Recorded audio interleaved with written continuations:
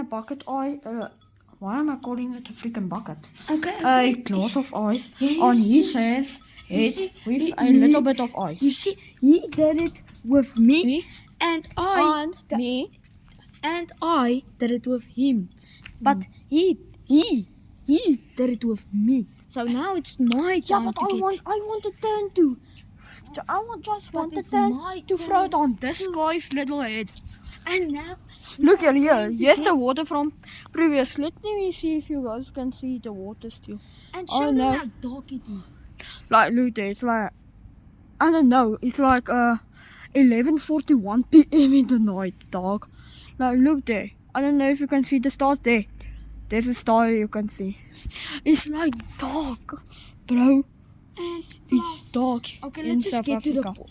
Let's just get to the point and throw this ice on his little head. Okay. Let's I'm let's gonna give stand you. here. I'm gonna give you guys the best. Stand back. Gaan terug. Bro, what is this kid doing with the poor guy? What is he doing? Okay, yeah, you standing here. Okay, this is the torture chamber.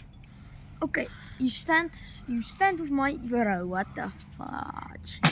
Okay, you guys can see now. We've got the ice. Okay, come, throw it.